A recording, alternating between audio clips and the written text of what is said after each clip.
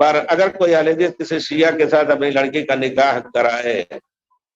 کہ علاقے کے سارے جماعت اہل حدیث کو نکاح پر دعوت دے تو کیا دعوت کو قبول نہ کرنا چاہیے، ان کا کاٹ کرنا چاہیے؟ ایسے آدمی کا بائی کاٹ، جس کو ٹاٹ باہر ہم لوگ کہتے ہیں، ہمیشہ کے لیے اس کا، جب تک کہ وہ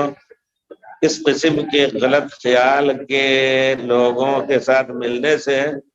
توبہ نہ کر لے، تب تک اس کا بائی کاٹ کرنا، اگر اپنا چچا ہی ہو، اپنا سگا بھائی بھی ہو تو۔ کیونکہ آج کل اس زمانے میں شیعہ نہیں ہے، شیعہ جو کچھ لوگ تھے پرانے زمانے میں، تو جیسے کہ امام ذہبی نے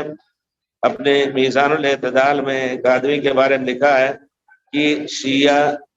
کے رائے کی طرف مائل تھا، پھر لکھتے ہیں وَلَوْ كَانَتِ الشِّيعَةُ كُلُّهُمْ مِثْلُهُ، اگر سب شیعہ اسی طرح ہوتے لَقَلَّ شَرُّهُمْ، ان کا شر کم ہو جاتا۔ لیکن ان کے زمانے میں انہوں نے کہا لیکن اب اس زمانے میں ایک شیعہ کو ڈھونڈو تو اس میں 4 رافضی نکلیں گے، ایک شیعہ کے پیٹ سے 4 رافضی نکلیں گے۔ اس وجہ سے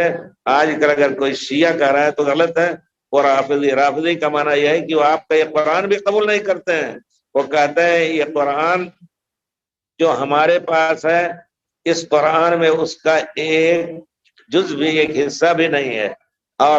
متہم کرتے ہیں ابوبکر عمر کو کہ انہوں نے حضرت علی کی آیت الولاء میں نے شاید ذکر کیا ہے، الحمدللہ وہ راستہ بند ہوا۔ تاج کمپنی جو مشہور ہے قرآن کریم کے چھاپنے میں صحیح انداز سے، اس کی پوری شکل بنا کر کے اس میں آیت الولاء بڑھا کر کے اللہ کر کے حرم میں پھیلا رکھا تھا، لیکن ہے الحمدللہ لوگ اس کا چیک کرتے ہیں، یہ باہر سے ہی پہلے کا مسئلہ تھا۔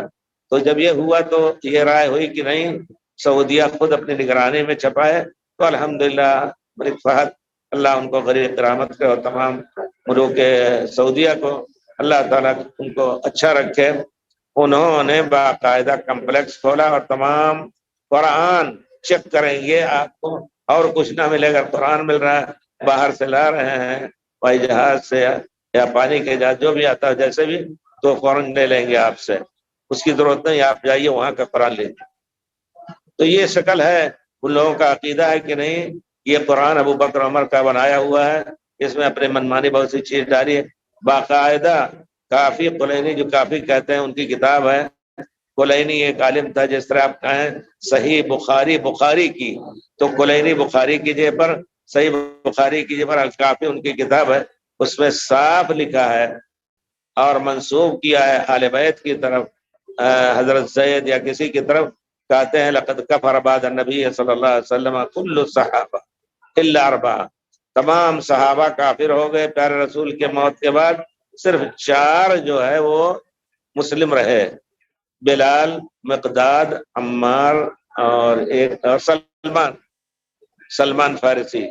اما عمار فحاص حیثتاً ثم سلم، عمار بھی کافر ہونے جا رہے تھے لیکن بچ گئے، یہ لفظ ہے ان کا۔ تو اس طرح ان کا عقیدہ ہے، اس وجہ سے شیعہ کے نام سے اس زمانے میں کوئی شیعہ نہیں ہے، ان کی لڑکی سے شادی کرنا بہت بڑا گناہ ہے بے شک، کیونکہ آپ نے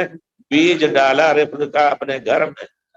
یا پھر اپنی لڑکی ان کو دینا بہت بڑا جرم ہے، کسی کو جائز نہیں۔ اگر کوئی اہل حدیث نام سے